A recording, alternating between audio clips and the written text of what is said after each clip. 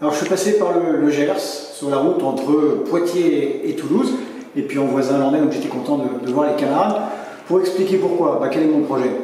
Unir les socialistes pour faire l'union des gauches, sans la France insoumise, puisque tout le monde est d'accord sur ce point. Je ne veux pas que nous ayons un congrès qui se divise sur de faux désaccords pour que nous puissions nous concentrer sur l'essentiel, qui est la question de savoir pour qui on se bat, les classes populaires et les classes moyennes, qu'on mette nos idées à leur service et au centre de notre mobilisation. Voilà ce que je propose. Je propose cette espèce de centralité qui permet de rassembler tout le monde, d'avoir un collectif de travail, qu'à la fin il ne manque pas une tête sur la photo de famille, que nous soyons un congrès d'addition des talents et pas de soustraction.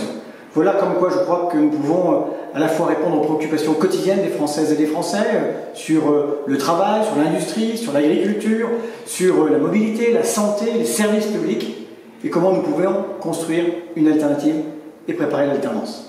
Alors justement, tu parles de monde rural, ici c'est très rural.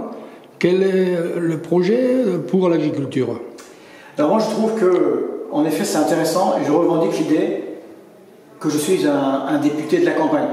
Moi aussi, circonscription très rurale, j'habite un village de 600 habitants avec des agriculteurs. Sur l'agriculture, je pense que nous sommes au seuil d'une grande révolution agri-environnementale et qu'il faut s'en donner les moyens. Ça veut dire qu'il faut une nouvelle PAC parce que l'agroalimentaire, l'agriculture ne peut pas être considérée comme une marchandise comme une autre. Il faut que nous nous protégions de la mondialisation déloyale, que nous ayons une nouvelle PAC et une nouvelle loi d'orientation agricole pour renouer finalement avec ce qu'avait été l'esprit à la fin des années 50 et au début des années 60 de cette révolution agricole que la première PAC, les lois Pisani, avaient inaugurée. On est à ce moment, à cette jonction, nous sommes pour donner aux paysans un avenir et à notre pays sa souveraineté alimentaire.